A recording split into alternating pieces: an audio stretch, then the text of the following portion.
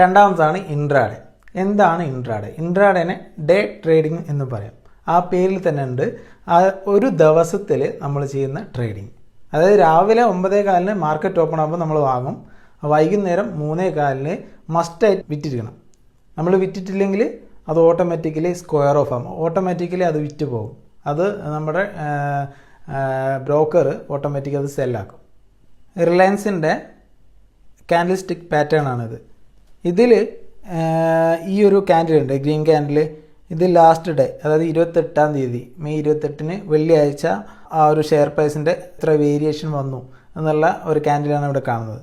അതായത് 1990 ഓപ്പൺ ചെയ്തിട്ട് ക്ലോസ് ചെയ്തത് 2094 ആ ഒരു പോയിൻ്റാണ് ക്ലോസ് ചെയ്തത്. ക്യാൻഡിൽ സ്റ്റിക്ക് പാറ്റേൺ നിങ്ങൾക്ക് മനസ്സിലാവുന്നില്ലെങ്കിൽ എൻ്റെ കഴിഞ്ഞ വീഡിയോ കാണണം കേട്ടോ, എന്നാലേ ഈ വീഡിയോ കണ്ടിട്ട് കാര്യമുള്ളൂ.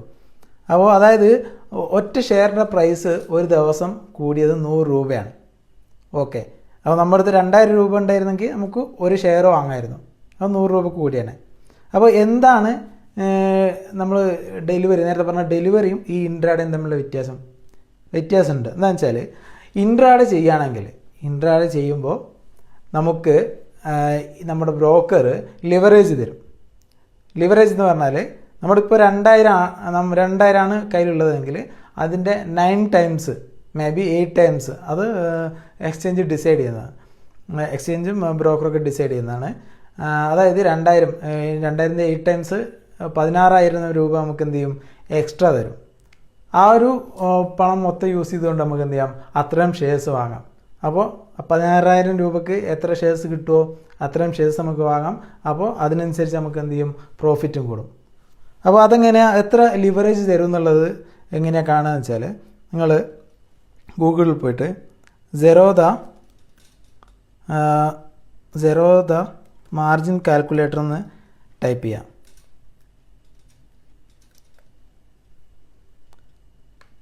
ഇവിടെ ഫസ്റ്റ് കാണുന്ന F&O മാർജിൻ കാൽക്കുലേറ്റർ ഓപ്പൺ ചെയ്തിട്ട് അവിടെ ഇക്വിറ്റി സെലക്ട് ചെയ്യാം. ഇക്വിറ്റി സെലക്ട് ചെയ്താൽ ഇപ്പോൾ അവിടെ ടൈപ്പ് ചെയ്ത ടോപ്പിൽ റിലയൻസ്.